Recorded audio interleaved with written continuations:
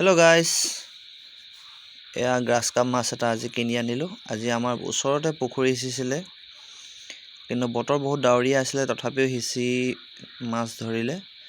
তো এনেকুৱা মাছ ওলাইছিলে, মই এজনী ল'লোঁ। এজনী এতিয়া মই চফা কৰি কাটি দিছোঁ। মাছ কটাৰ সিমান অভ্যাস নাই, কিন্তু তথাপিও কাটি দিছোঁ, কাৰণ আজিকালি মাছ হওক মাংস হওক চব বজাৰতে কাটি মেলি অনা হয়, চফা কৰি অনা হয়।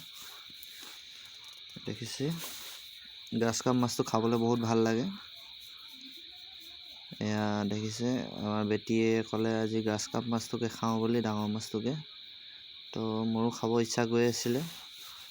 লোকেল মাছ প্ৰায় কমেই পোৱা যায় আৰু কম অনা হয়। এজনী লাষ্টত কৰি মাছ এজনী আছিলে, এইটো কাটি বাছি ল'লোঁ।